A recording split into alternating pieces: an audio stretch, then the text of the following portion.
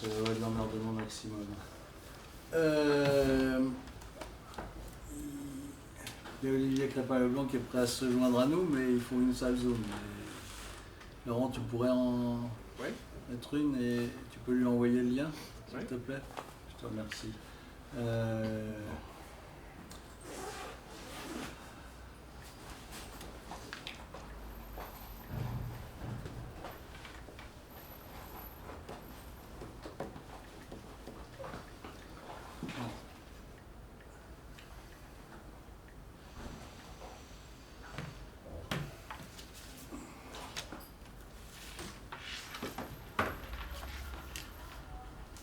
Bon, on va commencer. D'abord, merci d'être là pour ceux qui sont dans la salle. C'est toujours compliqué, des camps, d'avoir un sujet un peu plus lié à, je dirais, la gouvernance des structures ou la gouvernance d'Internet en général, parce que les gens qui viennent ici sont plutôt ceux qui sont intéressés par l'évolution du nommage sur Internet et donc se concentrent dans ces salles, ce que je peut tout à fait comprendre. Mais il nous semble quand même intéressant, même si on n'est pas nombreux, d'avoir ces discussions. On avait, donc d'abord je vais me présenter, Sébastien Bacholet, président d'honneur d'ISOC France. C'est un peu à ce titre-là que je suis là et je suis aussi jusqu'à la fin de la réunion de l'ICANN à Dublin, président d'Oralo, la structure qui dans l'ICANN regroupe les utilisateurs individuels d'Internet cadre d'At-Large. Et donc, je faisais le récapitulatif de ce que j'avais fait à l'ICANN dans la newsletter de Ralo qui vient de sortir. Et donc j'ai commencé en 2001. Donc vous voyez, ça fait longtemps, c'est pour ça que j'ai une barbe blanche. Mais les questions aujourd'hui, on a déjà discuté des questions de l'ICANN lors de NDT Camp à Strasbourg et le NDT Camp l'année dernière à Paris. Il nous semblait intéressant et utile de revenir dessus aujourd'hui parce qu'il y a un certain nombre d'évolutions fortes sur lesquelles les uns et les autres ont un avis, pas obligatoirement le même, c'est ça qui sera intéressant, ou le même, et auquel cas on peut on pourrait faire quelque chose. Il nous semble aussi intéressant qu'on ait cette discussion en français, puisque la majorité des discussions sur ces questions se passent en anglais. Donc c'est aussi pour ça qu'on remercie les organisateurs de NDT Camp de nous offrir une salle et une possibilité d'avoir cet échange. Donc je dois excuser l'absence de Gléane de Saint-Géry, je viens d'apprendre qu'elle ne pouvait pas venir, et donc on ne s'est pas organisé pour qu'elle soit en ligne. Il y a Hervé Clément, qui est le président de Address Supporting Organization dans l'ICANN, qui travaille chez Orange, qui n'a pas pu être là, qui nous avait envoyé une vidéo qu'on n'arrive pas à lire, donc je vais vous lire son texte. Normalement, Olivier Crépin-Leblanc, qui a été président de ALAC, président de Ralo, qui continue de faire plein de trucs dans la gouvernance d'Internet, en particulier à l'ICANN, devrait nous rejoindre en Zoom. Il est là. Il est là, super. Olivier, tu peux nous entendre? Oui, absolument. Est-ce que tu veux mettre éventuellement du son un peu plus? Tiens, je peux pas mettre si tu peux connecter ça. Oh là, c'est compliqué. Ah. Non, c'est pas compliqué du tout. Si, parce que c'est USB, je ne sais pas si ça marche Oui, sur les c'est Mac. fini ça. Tiens. Ah, il y a la prise multiple spéciale Mac. 60 balles. Voilà. Moi j'ai un PC. Moi aussi, mais c'est aussi dans les C'est all included. Voilà. Et donc,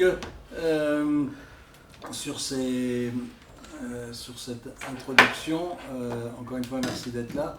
On va donc demander à Laurent Ferrali, qui travaille à l'ICANN, il peut se présenter mieux que ce que je fais, et de nous faire le tableau de où est-ce qu'en est l'ICANN Et quand je dis l'ICANN, là en l'occurrence, c'est plutôt le conseil d'administration, le board, et l'organisation, le personnel, ce qui s'appelle l'ICANN Org.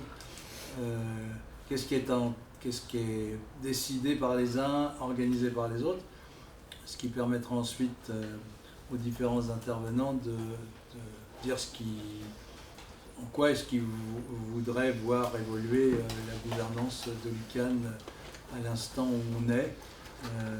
Voilà. Laurent, si je peux te passer la parole, merci. Merci beaucoup Sébastien, bonjour tout le monde. Donc, Laurent Ferrali, je travaille pour ICANN dans l'équipe Government Engagement, c'est-à-dire qu'on s'occupe des relations avec les gouvernements. Donc ce thème est un peu loin de mes thèmes de prédilection. C'est très intéressant, j'ai pu me pencher dessus, c'est dense, très intéressant. Donc je suis le moins expert je pense de la table là-dessus.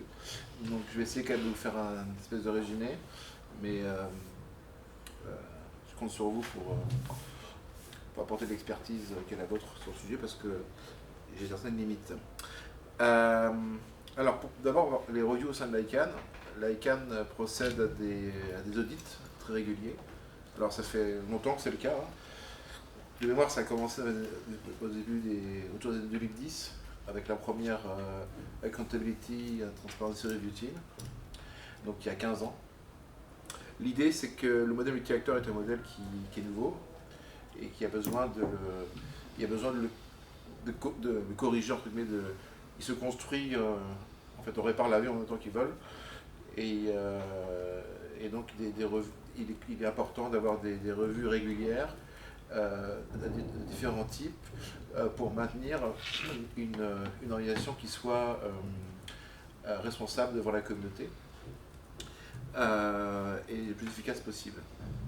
Alors, ces audits sont très importants, si importants qu'ils sont mentionnés directement dans les statuts de l'ICANN, ce qui est assez rare pour une organisation d'avoir des audits qui sont mentionnés directement dans les statuts. Il y a deux types de statuts qui sont mentionnés dans les statuts de l'ICANN. Il y a les audits des différentes organisations qui constituent l'ICANN. C'est le 4.4, l'article 4.4 des statuts de l'ICANN. Et l'article 4.6, lui, ce sont des revues qui sont plus spécifiques, qui ont touché notamment le dernier round de nouveau UTLD, où il y avait une revue spécifique sur ce qu'avait apporté le premier round en matière de concurrence et ce qu'a apporté le dernier round pour l'utilisateur final de l'Internet. Une des plus importantes des revues, un peu l'audit mère en fait, c'est la Accountability and Transparency Review Team, de laquelle sortent beaucoup de recommandations, qui ont déjà beaucoup structuré l'ICANN. Par exemple, j'ai eu l'opportunité l'année dernière d'organiser avec ma collègue Maëva, qui est au fond de la salle, ce qu'on appelle le meeting de haut niveau des gouvernements. Et ça, c'était une des recommandations de la première revue, du premier audit, de manière à apporter plus de visibilité des travaux de l'ICANN et des gouvernements.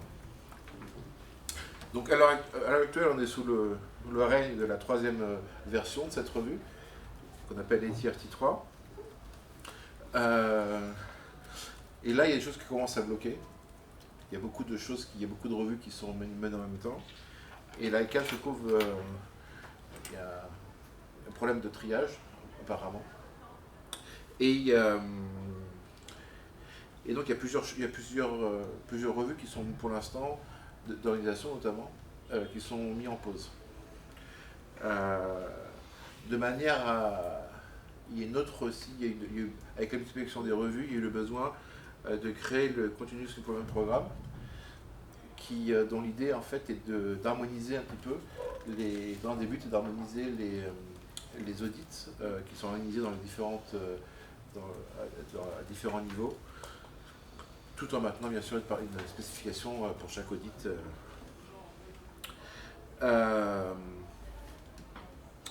Quoi d'autre? Dans la RTT3 aussi, il a été décidé de mettre, il me semble que c'est ça, de mettre en place une revue holistique. Donc c'est une revue beaucoup plus large que les autres, comme son nom l'indique. Cette revue aussi fait l'objet de discussions à l'heure actuelle Elle n'est pas encore lancée, proprement dit. Il y a fait des discussions au sein de la communauté pour se mettre d'accord en fait, sur un peu les contours et que tout le monde soit d'accord sur la méthodologie et ce qui doit être fait. Donc pour l'instant, on est dans un système, enfin, il y a un peu une overdose de review, un enchevêtrement de review, et on a un moment un peu de pause dans les principales reviews pour essayer d'avoir une méthodologie un peu plus claire et pouvoir avancer. Donc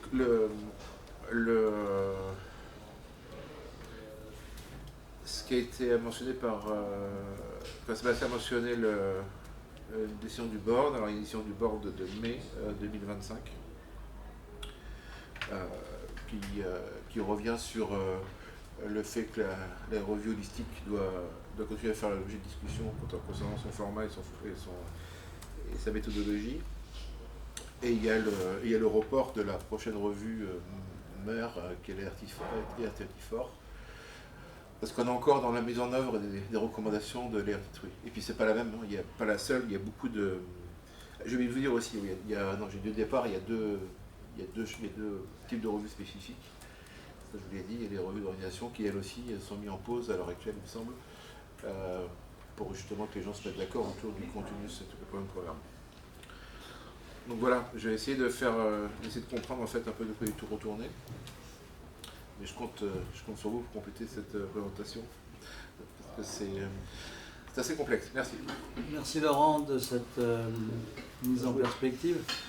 Je vais me permettre de compléter un tout petit peu. Avec plaisir. Donc la revue 3 a fait plusieurs recommandations.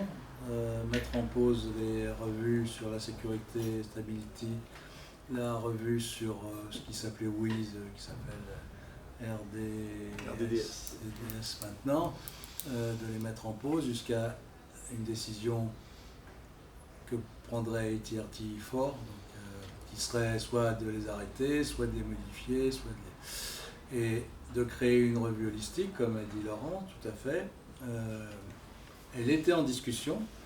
Moi, j'ai passé 2 ans à participer à l'écriture de comment est-ce qu'on allait travailler, puis le board a décidé de mettre en place ce qu'ils ont appelé une pilot holistic review, qui n'était ni un pilot, ni une review, ni holistique, mais bon, c'était son nom, et l'avion là s'est crashé en vol, et donc le board a décidé,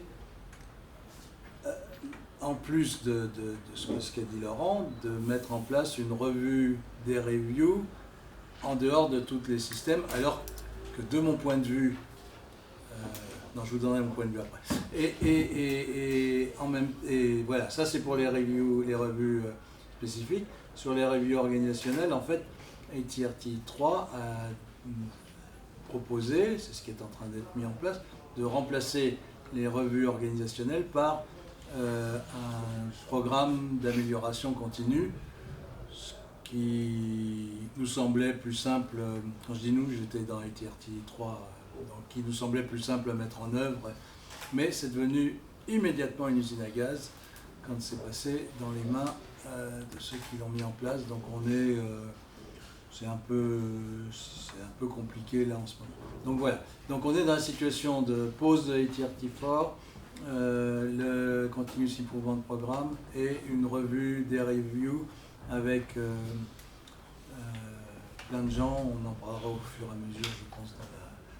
Voilà quelques éléments complémentaires de la présentation de Laurent. Dans la Review of Reviews, il y a 2 représentants par chacune des structures Supporting Organization et Advisory Committee.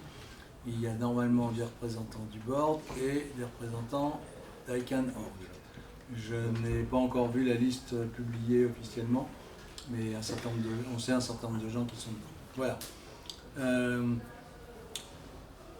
Donc l'idée c'était dans un temps court, mais comme on n'est pas nombreux, il peut être un peu plus long que ce que je vous avais suggéré au début. C'est quelles sont les idées, les 3 idées que vous pourriez avoir, ça peut être 2, peut-être 4, hein, qui vous sembleraient importants de mettre en œuvre pour que la gouvernance de l'ICANN s'améliore, évolue et s'améliore. Voilà. Maintenant, j'ai pas d'ordre. Qui est-ce qui veut, Pierre ou Philippe, qui est-ce qui veut commencer? Je peux lancer peut-être quelques idées comme. Oui, merci Philippe. Tu te présentes. Je m'appelle Philippe Fouquin, je travaille pour Orange. Ça fait quelques années que j'interviens à l'ICANN et je suis en ce moment président de la structure qui regroupe les FAI et puis on va dire les communautés d'opérateurs ainsi que les associations associées. Et dans le cadre des revues, donc quand tu nous as posé la question des propositions pour une meilleure gouvernance, moi j'ai principalement pensé à ce que vous avez tous les deux évoqué, ce qui est la revue holistique, quoi, en prenant les choses d'un peu, peut-être un peu trop haut, je sais pas, mais en tout cas une liste de desiderata sur ce que devrait être l'ICANN, et en tout cas ce qui dont on pourrait dire que ça ne marche pas suffisamment bien au sein de l'ICANN aujourd'hui. Voilà.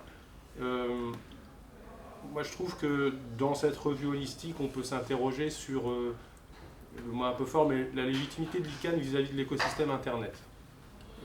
On a aujourd'hui, dans une large partie de l'ICANN en tout cas, un certain nombre d'acteurs qui sont pas représentés ou peu représentés pour un ensemble de raisons, soit parce qu'ils ne sont pas, entre guillemets, officiellement présents dans les structures qui constituent l'ICANN, soit parce que, et c'est peut-être un peu plus grave, un certain nombre d'entre eux ont jugé qu'en fait les travaux de l'ICANN ne les concernaient pas, ou bien qu'ils pouvaient faire mieux autrement, et par d'autres voies.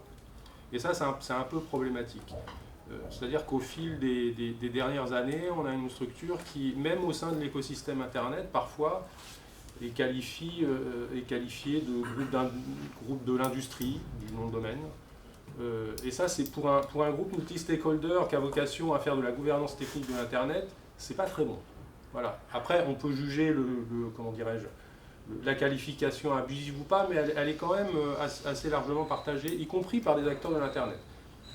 Pas forcément par des acteurs dont on pourrait s'attendre qui critiquent le système pour le faire basculer ailleurs. Voilà, donc le premier desiderata, ce serait peut-être de réfléchir à finalement qui est là et pourquoi, qui n'est pas là et pourquoi, et comment on peut entre guillemets les faire venir. Du point de vue d'un opérateur, c'est assez intéressant parce que nous, alors on a des activités de registre un peu marginales, on va dire, de bureaux d'enregistrement et de registre d'ailleurs. Mais on est présent au sein du groupe des ISP, donc c'est au sein, pour ceux qui connaissent l'ICANN, au sein du GNSO, donc du groupe qui définit les policies sur les GTLD. On ne peut pas dire que les policies GTLD soient d'un gros impact sur le business d'Orange, c'est le moins qu'on puisse dire. Par contre, bon, on est là, et même la structure elle-même du GNSO est simplement et cette sorte de prédominance, parfois, qu'on juge prédominant en tout cas, au sein de l'ICANN, est simplement due au fait que finalement les GTLD sont les seuls noms de domaine de premier niveau qui font l'objet de policies qui sont, comment dirais-je, implémentées de manière obligatoire via les contrats. Voilà. Le reste étant plutôt de l'ordre soit de la gouvernance pour les hauts niveaux pour les RIR, etc. Et donc, d'où cette, comment dirais-je, un peu cette prédominance du GNSO. Et donc, voilà, je pense qu'il y a matière à réfléchir sur les acteurs eux-mêmes.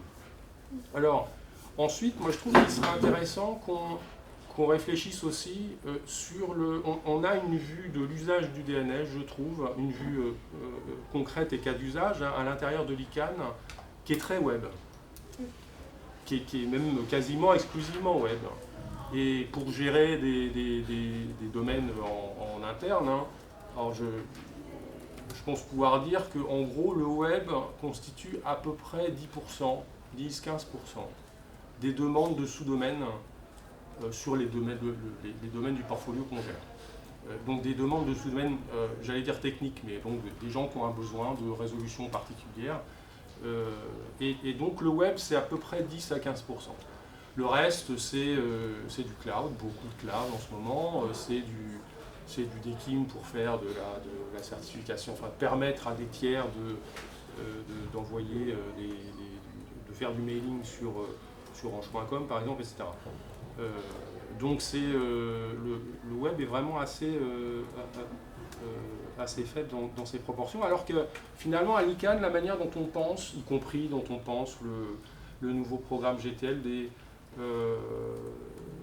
et dont on approche les abus par exemple, est assez focalisé web. Donc, alors je conçois que c'est dans le cadre des revues de l'ICANN, c'est quand même assez haut niveau comme considération. Cependant, quand on définit des policies, si on ne s'interroge pas à ce pourquoi les ressources qu'on gère sont utilisées, on marche un peu sur la tête, quoi. Voilà. Donc ça c'est la deuxième chose. Et puis bon, la troisième est un peu, c'est le résultat de la première peut-être, mais c'est un peu une trivialité. Mais depuis une dizaine, une quinzaine d'années, je trouve qu'on y a perdu le sens du consensus et peut-être du résultat. Quand on voit par exemple que les derniers travaux sur la gestion des abus par ce qu'on appelle des PDP, donc ces briques de développement des policies sur les GTLD, si on les met bout à bout, en gros l'échéance de réalisation de tout ça, c'est 3 ans. Au regard de l'enjeu, 3 ou 4 ans, voire même 2030. Au regard de l'enjeu, c'est pas, pour l'industrie, c'est pas très vite, quoi. Et donc on a un peu, je pense que depuis le tout début de l'ICANN, on a un peu perdu ce sens du consensus et ce sens du résultat finalement, pour un ensemble de choses, parfois pour de bonnes raisons, c'est-à-dire la rigueur, l'assentiment de tous, et en travaillant peut-être sur les méthodes de décision sur non seulement les policies mais aussi au sein des revues. Peut-être qu'il y aurait matière à améliorer tout ça. Voilà, pardon, j'ai peut-être été un peu plus long que les 5 minutes, et c'est un peu fouillis, mais si c'était mes 3 desiderata, voilà ça. Super, merci beaucoup. J'ai une question, s'il vous plaît. Oui, allez-y. Alors, quand vous dites revue depuis tout à l'heure, c'est quoi? C'est comme... C'est les audits, c'est vrai que Laurent a dit audit. Enfin, parce que moi je pensais que c'était comme Dalloz, recueil Dalloz, ce genre de... Non, non, Ah. ce sont des audits. Ce sont des équipes qui sont constituées pour faire des audits sur des questions bien précises, qui correspondent à des groupes précis de l'ICANN ou des processus précis de l'ICANN. D'accord. C'est des comités d'audit. C'est vrai que comme le mot anglais c'est review, soit les gens rigoureux comme Laurent disent plutôt audit parce que ça correspond à ce que c'est. Dans la norme par exemple, par exemple dans une norme comme ISO 27001 en français, c'est revue de direction. Ouais, d'accord. Je n'ai pas totalement tort. Donc c'est revue ou audit. Audit, ça donne l'impression que c'est quelqu'un de l'extérieur, ce qui n'est pas nécessairement le cas. C'est le moment où on va, soit avec quelqu'un de l'extérieur, soit sui generis, faire le point sur le fonctionnement de notre organisation, qu'est-ce qui marche, qu'est-ce qui ne marche pas, qu'est-ce qu'il faudrait changer, etc. C'est généralement constitué par des gens de la communauté, D'accord. ces comités d'audit. Ok. Une autre question. Je peux? Oui. Alors, on a parlé du modèle multi-acteur de l'ICANN, vous avez dit tout à l'heure, et dans votre intervention, j'ai plus vu au départ la première idée, c'était un peu comme une sorte d'équilibre global de tous les acteurs. Mais à l'heure actuelle, est-ce que l'ICANN a vocation à mettre tous les acteurs quand je parle des acteurs, je parle plus des différents blocs géographiques. Est-ce que l'ICANN a vocation à les mettre sur le même pied d'égalité? D'accord. Oui, c'est un des défis au sein de l'ICANN, c'est qu'on a différents groupes d'acteurs de différentes régions. Les différents groupes d'acteurs, par exemple le business, et les gouvernements, la société civile, tous ces gens-là n'ont pas les mêmes connaissances du DNS et des processus au sein de l'ICANN. Et aussi par région, des régions qu'on appelle mal desservies, où il y a peu d'infrastructures du DNS et peu d'experts, où forcément aussi les policiers vont participer aux discussions. Donc le rôle de la partie ICANN, qui est le personnel de l'ICANN, comme Maëva, qui est derrière vous et moi-même, une partie de notre rôle, c'est d'aider les acteurs à participer aux discussions. Donc il y a beaucoup de choses qui se font autour du renforcement de capacité. Donc nous, par exemple, on va aider les gouvernements à mieux comprendre les enjeux, à mieux comprendre les discussions et à essayer de les connecter à leur sujet d'intérêt. Et après, à leur donner l'opportunité de pouvoir participer à la discussion pour qu'il y ait justement ce que Philippe a appelé de ses voeux, plus de consensus. Parce que c'est difficile d'avoir un consensus quand les gens ne savent pas de quoi on parle. Donc ça existe. Sébastien Bachelet qui a toujours des responsabilités au sein de la partie interne de l'ICANN, pour l'utilisateur. Oui, il y a beaucoup de renforcement de capacité parce qu'ils n'ont pas le même niveau que le business forcément sur les questions DNS. Et nous, de notre côté, avec Maëva, nous on essaye on fait régulièrement des ateliers de renforcement de capacité pour les gouvernements, et notamment pour des régions. Alors, il y a un gros focus sur l'Afrique depuis des années, parce qu'il y a un problème de participation évident. Mais il n'y a pas que l'Afrique, il y a l'Amérique latine et les Caraïbes, et un peu une partie de l'Asie, où on fait des efforts particuliers pour que les représentants du gouvernement comprennent de quoi on parle et qu'ils puissent être capables de participer justement à cette discussion. Autrement, c'est un modèle multi-acteur juste sur le papier. Si on dit aux gens, on vous laisse dans la haute salle et puis vous vous débrouillez.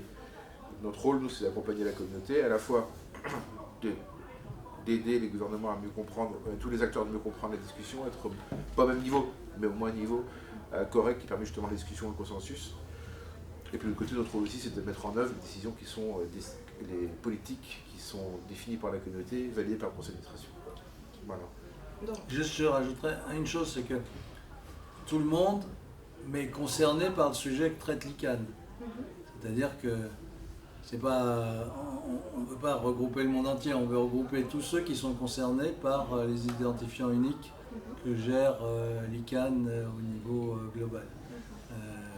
Après, effectivement, ce qu'a dit Laurent, c'est tout à fait juste, c'est recherche de la participation la meilleure, géographiquement équitable et suivant les stakeholders ou les acteurs, là aussi de façon équitable.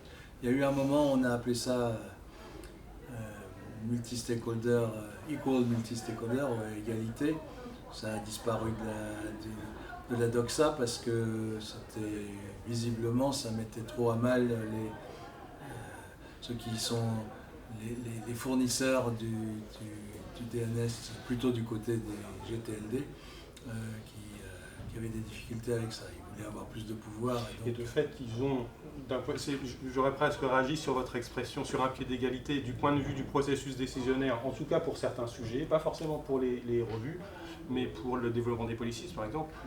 Tout le monde n'est pas sur un pied d'égalité. Sur typiquement le vote sur les policies, les poids sont pas équitablement, je sais pas, mais en tout cas également répartis. Géographiquement, ils le sont. Parce que on n'est pas sur un pied d'égalité en fonction de quel stakeholder on représente.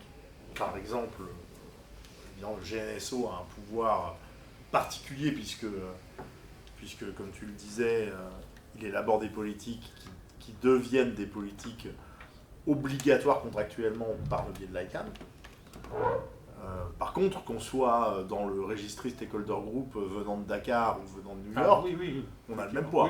Oui, ça dépend. Donc, ce que je voulais dire pas forcément sur le même pied d'égalité, c'est si je suis registre, j'ai un peu plus voix au chapitre, et qu'on est dans un processus de développement d'une policy sur le DNS abuse des GTLD, j'ai un peu plus de poids que si je fais partie de la partie commerciale, de la BC, de la partie commerciale, par exemple.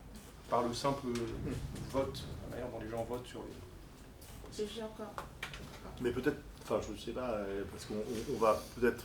Peut-être que dans les conversations, dans ce que chacun va dire, peut-être qu'il y aura des réponses à vos questions. Donc on va laisser les intervenants faire leur intervention, puis on reviendra après. Je pensais que vous n'aviez qu'une question, mais si vous en avez plusieurs... Est-ce qu'on demande à Olivier d'intervenir? C'est un peu la foire ici. Je suis désolé, j'espère que vous m'entendez bien. Oui. Il se passe beaucoup de choses, donc je viens, je repars, etc. J'ai suivi, j'ai pas pu tout suivre, mais bon, je suis bien sûr très intéressé par ce qui est dit. Je suis désolé, j'ai pas pu venir en personne et je devais envoyer une vidéo, j'ai pas eu le temps. Donc, bon, je suis là, j'ai fait un tout petit texte un peu sur ce qu'il y a. On parle donc de ces fameuses reviews, ces audits internes qui, lorsqu'on regarde ce que le board a fait, il a annulé, donc ou suspendu pour l'instant ces audits. Et je pense que j'étais une des voix dans At Large, avec d'autres bien sûr, qui n'étaient pas particulièrement contents parce qu'on pense que c'est vraiment une violation de procédure puisque ces audits sont mentionnés dans les bylaws, dans les statuts. Bylaws de l'ICANN. Les décrets, non, je ne sais plus comment Statuts. ça s'appelle, pas trop anglais. Statut. Voilà, les statuts de l'ICANN, voilà, exactement. Et donc, une solution qui aurait été possible fut de lancer le ATRT4 avec un périmètre très limité, qui aurait peut-être même mobilisé moins de ressources, parce qu'on aurait pu lancer ça en disant, ben voilà, vous allez regarder, et peut-être qu'une des seules réponses de l'ATRT4 aurait été, on va suspendre le tout et on va faire ce fameux review qui doit être fait. Et puis, plutôt que de faire une procédure aujourd'hui qui est un petit peu chaotique, un peu précipitée, aléatoire, où le board décide de faire une chose et puis on va voir ensuite ce qu'on fait après. Il n'y a vraiment rien de très prédéfini dans ce que nous suivons en ce moment, puisque on a l'impression que c'est fait au fur et à mesure que les choses avancent. Le contournement des statuts, c'est quand même quelque chose d'assez sérieux. Ça crée un tort profond et même durable, je pense, à l'intégrité de l'ICANN, puisque la réputation de l'ICANN sur la scène internationale, c'est une réputation d'une organisation solide, multipartie prenante, etc., qui doit inspirer la confiance. Et lorsqu'on voit un board qui fait avancer les choses comme ça, sans vraiment regarder les conséquences que l'on a lorsqu'on casse et que l'on ne se conforme pas à ses propres statuts, ça n'aide pas du tout. Et en fait, ça fragilise et ça prive l'ICANN de toute forme de supervision crédible. Il faut savoir qu'il n'y a pas de supervision extérieure, puisque nous avons ce système interne redevabilité, un système qui a été créé de toutes pièces pour que les communautés de l'ICANN soient les juges de la performance et de la façon dont l'ICANN est gérée. Et en même temps, on ne suit plus les systèmes internes qui ont été mis en place spécialement pour ça. Et on fait les choses comme ça. Moi, je trouve ça bizarre. Je trouve ça malheureux parce qu'on est quand même dans un processus qui introduit une faille structurelle dans l'ICANN. Et nous sommes d'ailleurs en ce moment dans la du Oui6+20, donc il y a 2 fois plus, sinon 10 fois plus d'yeux qui sont braqués sur les institutions d'Internet aujourd'hui multiparties prenantes. On a déjà eu des problèmes dans les registres Internet de régions au niveau des adresses IP, puisque je ne sais pas si vous en avez parlé, mais du problème qui s'est passé à Afrinic, c'est déjà quelque chose qui est difficile à gérer. Je n'aimerais pas que nous ayons quelque chose d'aussi difficile à gérer avec l'ICANN, au cas où le modèle de l'ICANN lui-même serait mis en question, en disant, ben voilà, une organisation qui est américaine, basée aux États-Unis, qui en fait finalement, les États-Unis ne sont plus le gage de stabilité qu'ils avaient à l'époque. Ça a changé. Donc déjà une chose en moins, une chose négative à propos de l'ICANN. Et puis la deuxième chose négative, c'est que même leurs statuts, ils ne les suivent plus. Donc à quoi bon? À ce moment-là, est-ce qu'on peut accorder la confiance à une organisation pareille qui est dans un pays pareil? Pour beaucoup, ils vont utiliser cela contre l'ICANN. Et moi, ça m'embête parce que je suis un vrai... je crois au système multipartie prenante et je suis surpris que d'autres dans la communauté ne soient pas aussi, n'aient pas aussi autant de crainte que moi à ce propos. Voilà, merci. Merci Olivier, très intéressant et des éléments de réflexion pour tout le monde. Pierre? Tu veux bien? Merci Sébastien. Je vous rends Pierre Bonis, directeur général de l'AFNIC. L'AFNIC est une organisation multipartie prenante également, sur laquelle gère le .fr, et pas tout l'ensemble de choses que gère l'ICANN.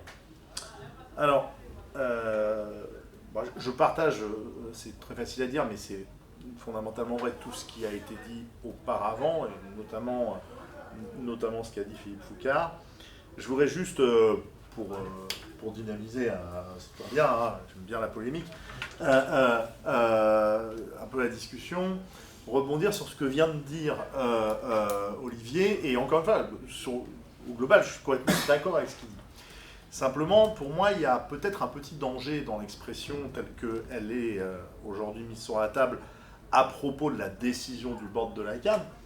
C'est que précisément, si on a peur que ça affaiblisse l'ICANN dans le cadre, notamment des débats internationaux qu'on a aujourd'hui à l'ONU, de l'affaiblissement, de la reconnaissance du système multi-acteurs au global par des puissances qui sont des puissances beaucoup plus gouvernementales, et au premier rang desquelles les États-Unis, de Trump, dans la mesure où le board n'assume pas, le board ne dit pas « on a décidé de jeter les statuts par la fenêtre », le board il dit d'après notre interprétation on devrait pouvoir faire ça. Bon. Je ne suis pas persuadé que ça soit la meilleure option publiquement et à l'extérieur de l'ICANN d'affirmer que l'ICANN ne respecte pas ses statuts. Et donc, bon, on n'est pas au 20h de TF1 ici, bien sûr, mais je pense que pour le coup, c'est plus un débat à avoir en interne à l'ICANN et pas trop en externe. Si on considère que c'est dangereux, si on considère juste que c'est une manière de faire une pression indirecte sur le board parce que on considère que c'est important, et moi je considère que c'est important, de ce point de vue-là, je suis d'accord avec vous. On peut utiliser cet argument, mais cet argument s'autodétruit. Donc, en tout cas, c'est vraiment ma position là-dessus. Je pense que dans un moment de fragilité, on a intérêt à dire nous avons des discussions en interne, nous pensons qu'on pourrait faire mieux, il y a des débats sur l'interprétation des statuts, mais il ne faut pas affirmer que les statuts ne sont pas respectés par le banc. Ça, c'est le premier point. Le deuxième point, pour revenir à qu'est-ce qui pourrait être amélioré. Et je rejoins complètement beaucoup de choses qui ont été dites. En tant que membre d'un des sous-ensembles de l'ICANN, qui s'appelle le CCNSO, donc, qui regroupe les registres volontaires de nombreux domaines nationaux, c'est pas comme le GNSO, on n'a pas de contrat avec l'ICANN, etc. Bon. Je vais vous dire tout de suite, moi, les revues du CCNSO, je m'enfuis en courant. Ça ne m'intéresse pas. Alors, ça intéresse peut-être des gens, mais pas moi. Je bouffe de la paperasse avec des gens qui me posent des questions que je trouve parfaitement inutiles et dont on ne fait strictement rien à la fin. Alors, je comprends bien qu'il faille cocher des cases, dire c'est fait, regarder, machin truc, etc. Mais ça ne m'intéresse pas. Donc, que ce soit fait ou pas, en tant que membre du CCNSO, read my lips, je m'en fiche. De toute façon, le fonctionnement du CCNSO n'est pas imposé au CCNSO par le staff de l'ICANN. Donc, si j'ai des problèmes avec le chair ou avec le council du CCNSO, je suis assez grand pour lui dire. Pas besoin de passer par un espèce de mécanisme, etc. En revanche, et alors je dis ça pour le CCNSO, je pense que c'est pas forcément vrai pour tous les... peut-être, mais en tout cas, de ma fenêtre, c'est ça que je dis. Bon. En revanche, là où je rejoins complètement ce que disait Philippe, c'est la revue, la dite revue holistique, la revue de haut niveau, elle nous manque énormément. Elle nous manque énormément. Alors peut-être une des raisons, parce que je suis pas aussi expert que Laurent qui s'est penché sur la complexité de ces systèmes-là, et certainement pas aussi expert que Sébastien. Néanmoins, j'ai un petit peu le sentiment que la revue holistique, donc la revue de haut niveau de l'ICANN, elle doit, dans une certaine mesure, elle est un peu liée aux revues, on va dire, plus sectorielles qu'il y a. Et là, je pense qu'il y a peut-être une erreur de fonctionnement. précisément parce que ces revues sectorielles, ou ces revues, je dirais, des différents secteurs de l'ICANN, je ne suis pas le seul à dire qu'elles sont parfaitement ennuyeuses, et qu'après tout, c'est notre mode de fonctionnement, on s'en fiche, quoi. Par contre, on a tous en commun de se demander comment l'ICANN se positionne dans l'écosystème. Est-ce qu'elle est représentative, comme disait Philippe? Quels sont ses grands objectifs? Est-ce que sa représentativité s'étend ou est-ce qu'elle se restreint? Quels sont les KPI, quels sont vraiment les indicateurs majeurs de la réussite ou non de l'ICANN?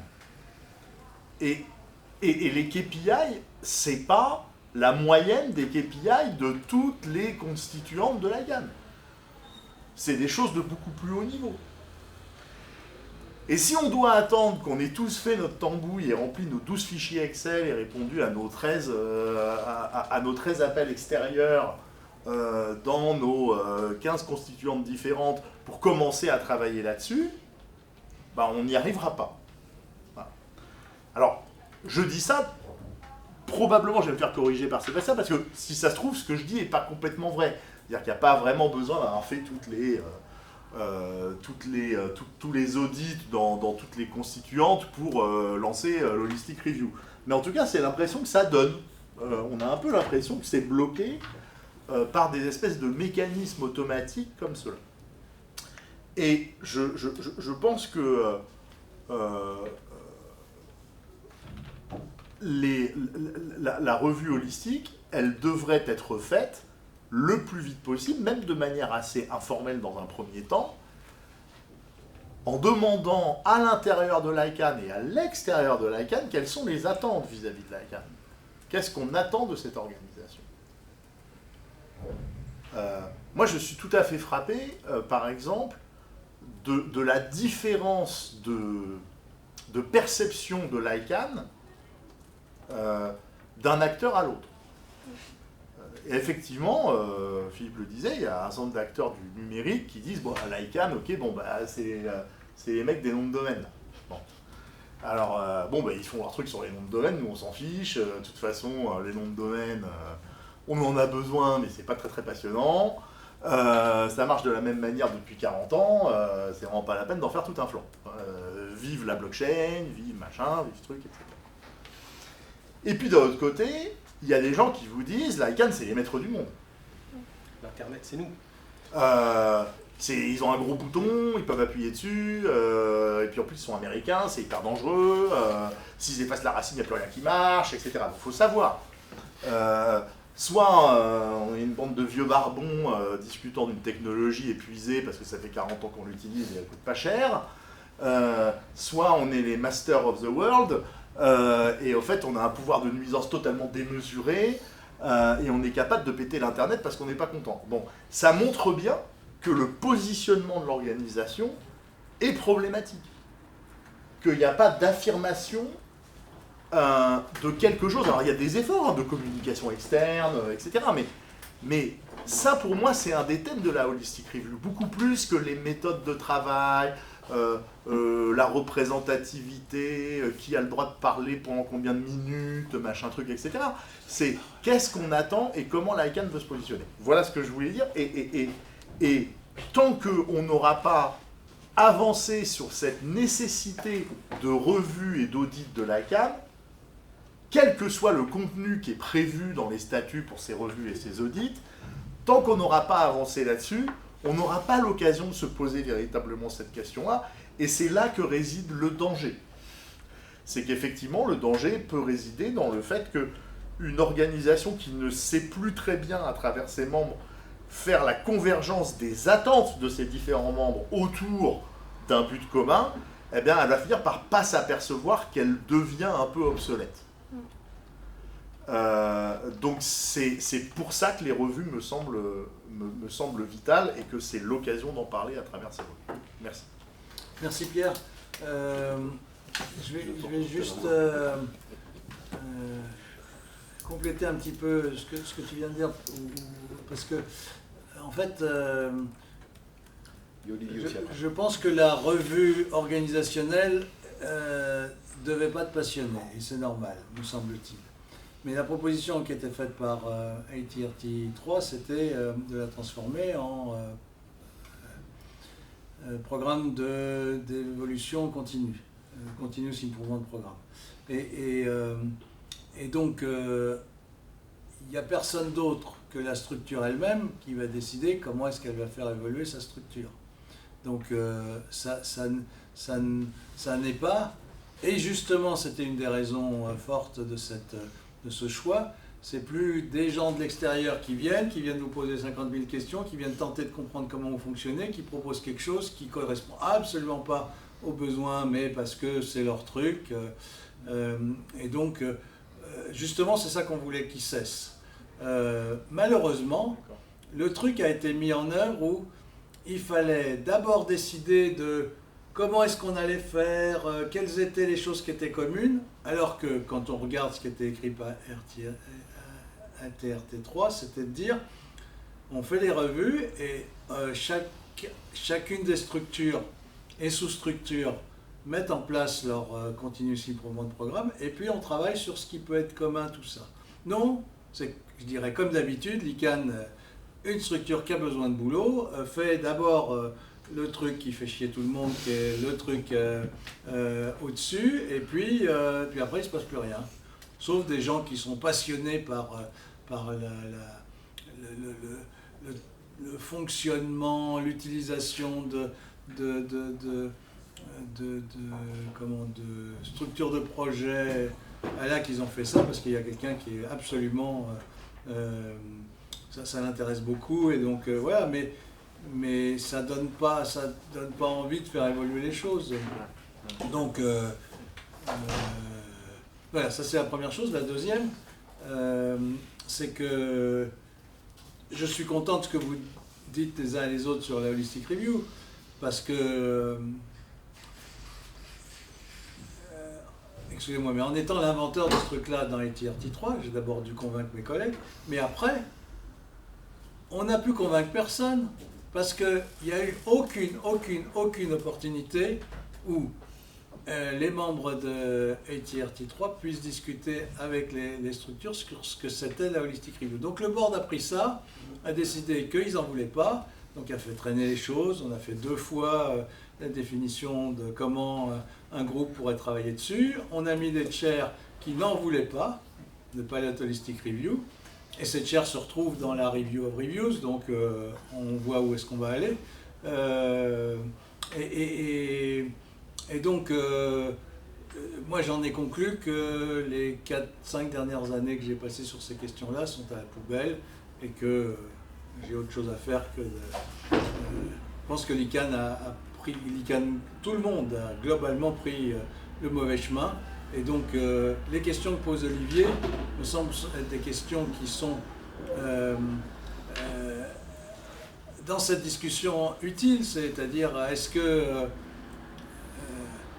est-ce qu'on peut encore faire confiance au fonctionnement de l'ICANN aujourd'hui? Voilà, moi c'est une vraie question, et je pourrais y répondre tout à l'heure, mais d'abord je vais proposer à Benjamin, oui, qui est un des autres participants, mais il n'était pas sûr d'être là, donc il n'était pas sur notre liste d'intervenants, mais il aurait pu être... Après il y a Olivier qui a levé la main aussi. Ouais. Je vais d'abord donner la parole à... Oui, après. Vas-y, Benjamin. Alors, je suis d'accord avec beaucoup de choses qui ont été dites, je ne vais pas faire de redite, je vais 2-3 commentaires pratico-pratiques.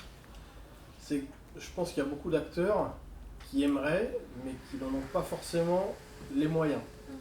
Il n'y a pas que des très grosses entreprises dans le monde de la gouvernance, il y a aussi des micro-entreprises, j'en suis une.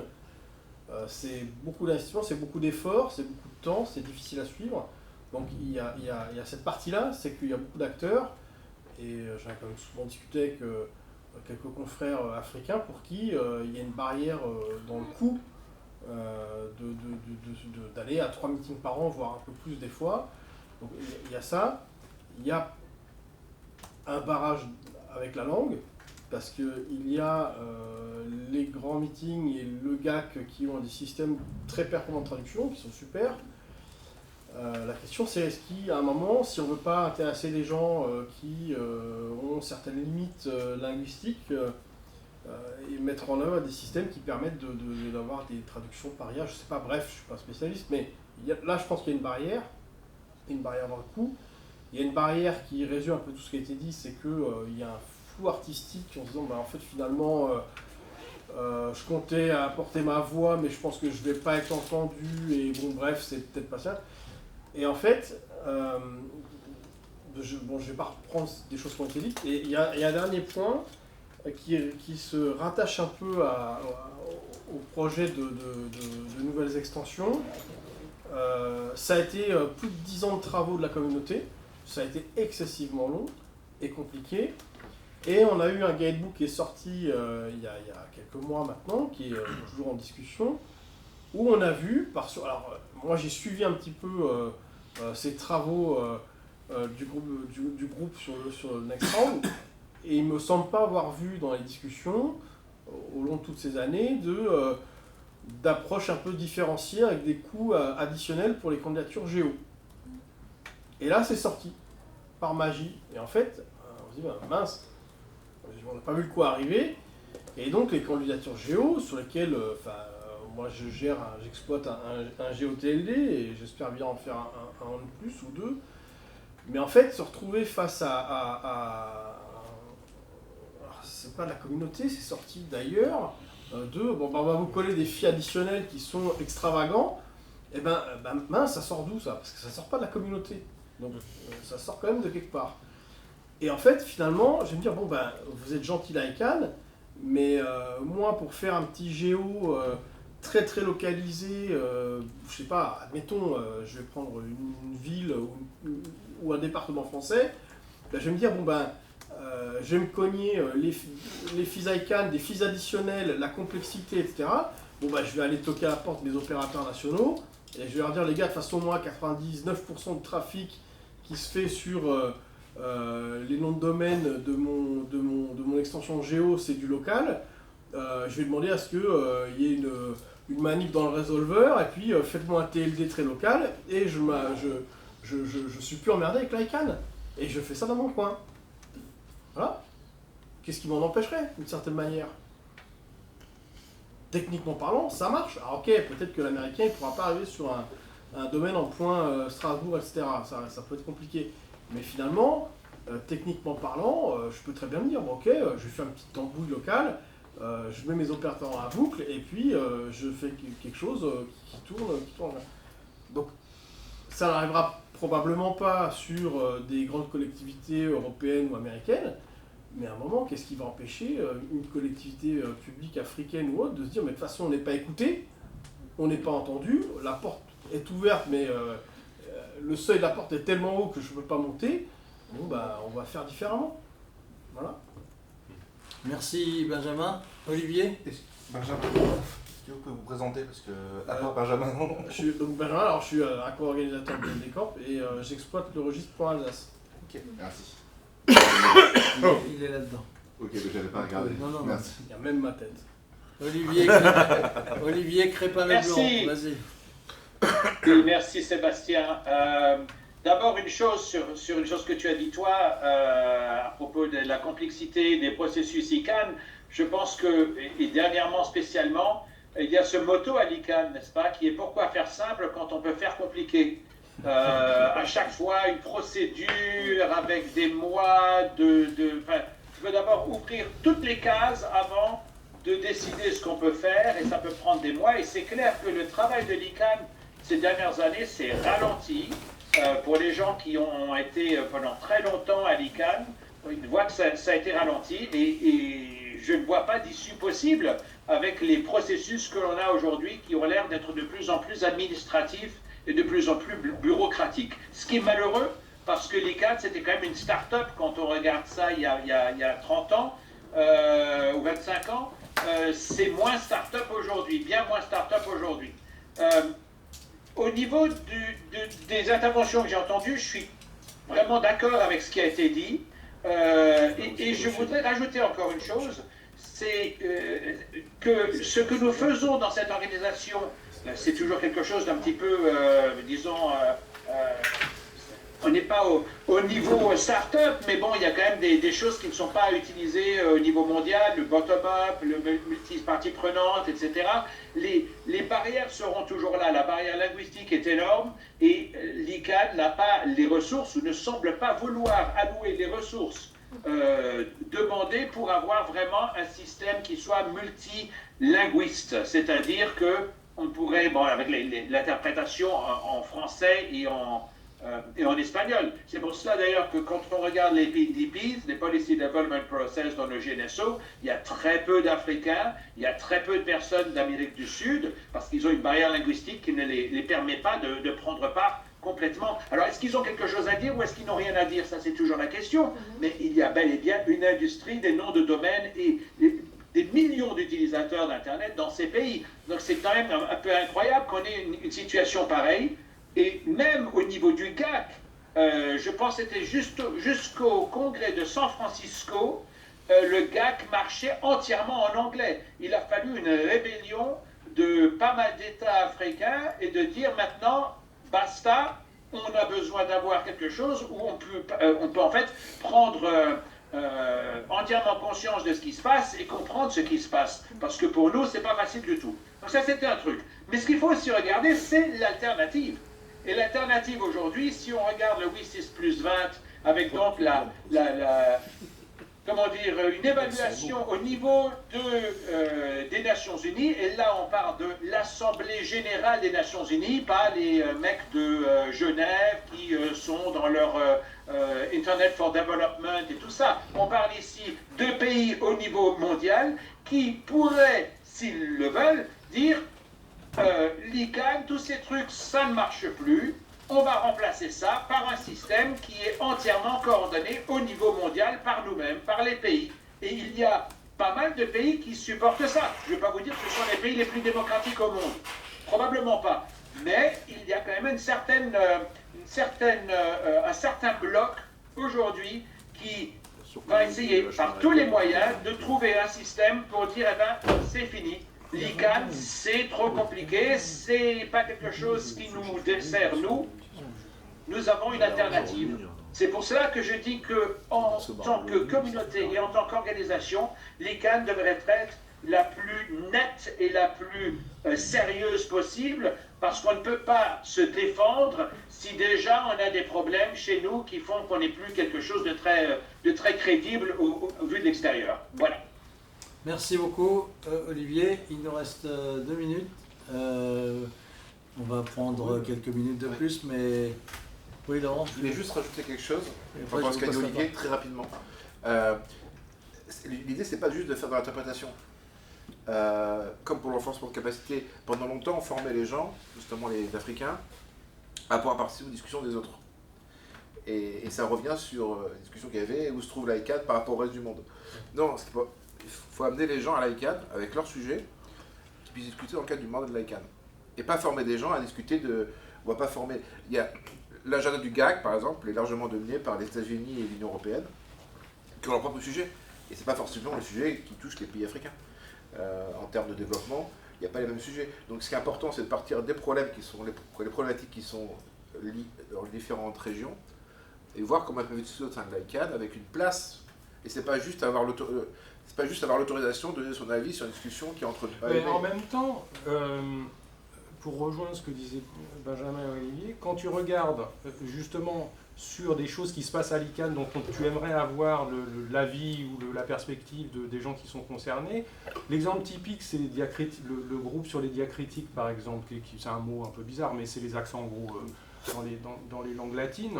On a eu le cas concret d'un Espagnol qui parlait pas ou très peu l'anglais, qui n'a pas pu participer au groupe de travail, parce qu'il dit « moi je parle pas anglais ». Et on n'a pas les outils.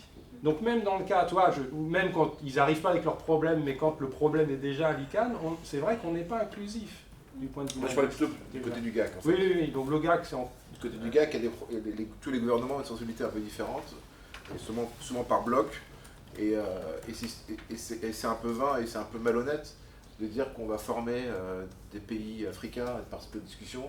C'est un sujet qui ne les concerne pas. Je comprends. Par exemple, les Africains s'intéressent beaucoup moins au nouveau GTLD. Bien sûr. Si. Moi, je m'intéresse à ça. Oui, mais Non, vous non, ne mais représentez les- pas 100% des Africains. Non, parce qu'en Afrique, il y a un autre sujet en Afrique. Les gouvernements africains, ils ne sont pas très intéressés. Moi, le sujet de ma thèse, c'est les noms de domaine dans l'espace d'organisation africaine de propriété intellectuelle. Et dans cet espace, il y a 17 États membres. Et j'ai choisi 5 États. Le Cameroun, le Sénégal, le Bénin, le Burkina Faso, la Côte d'Ivoire, le Gabon. Ça fait plus de 5.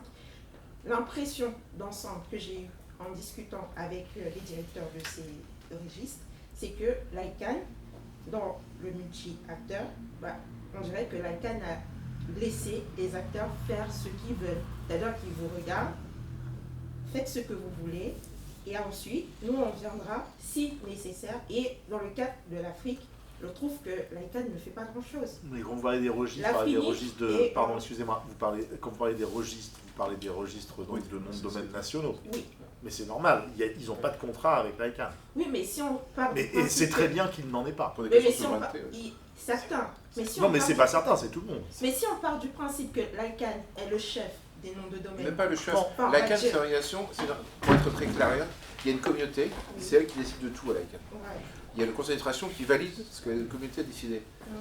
Et après, il y a le staff de l'ICANN qui est là pour mettre en œuvre ça. Donc en fait, il n'y a pas un pouvoir, il n'y a pas une reprise en haute de haut qui gère tout.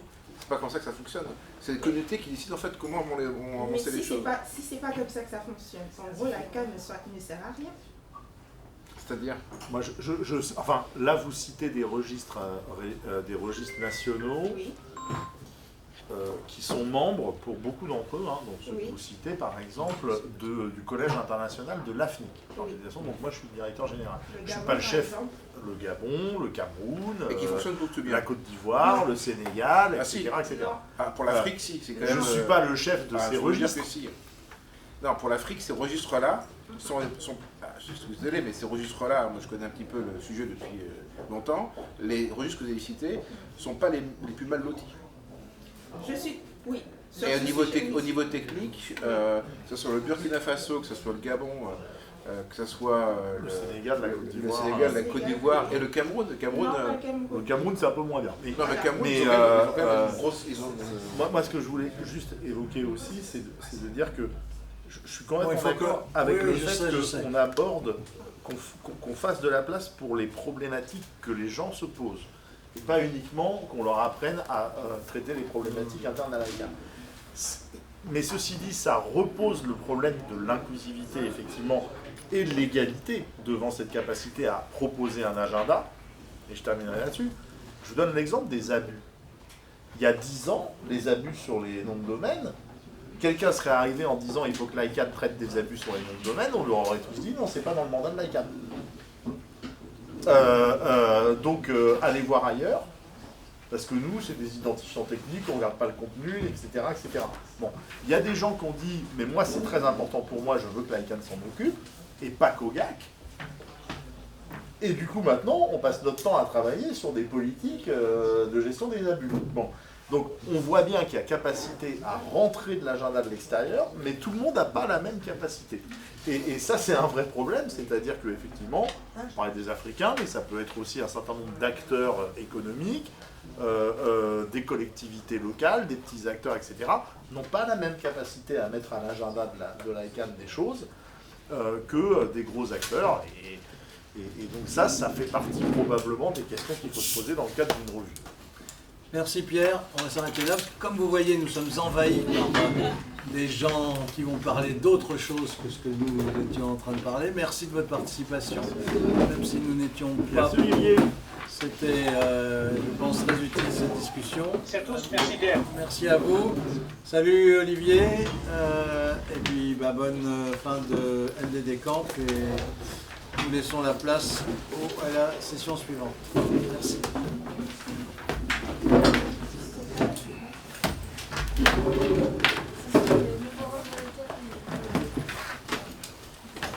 Pourquoi c'est une zone mouvement? Je vais te dire. Non, c'est pas ça parce que c'est cet après-midi. Non, c'est à 14 Dans la salle, c'est... Ici, c'est New Round et Web 2.5. Ah oui. Convergence C'est between. 2.5. C'est in English. Ils vont parler in English.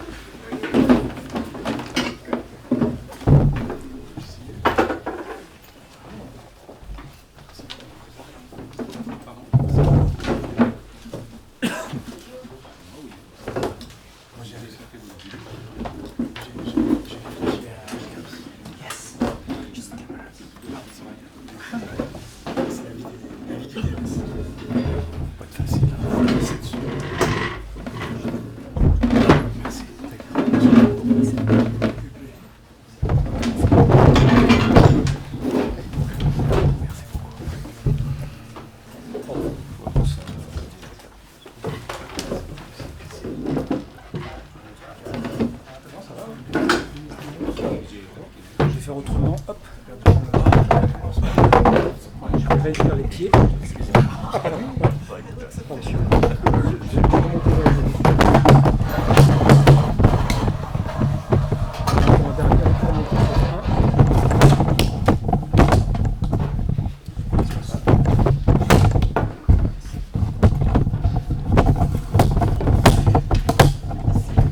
Ça, je l'approche aussi.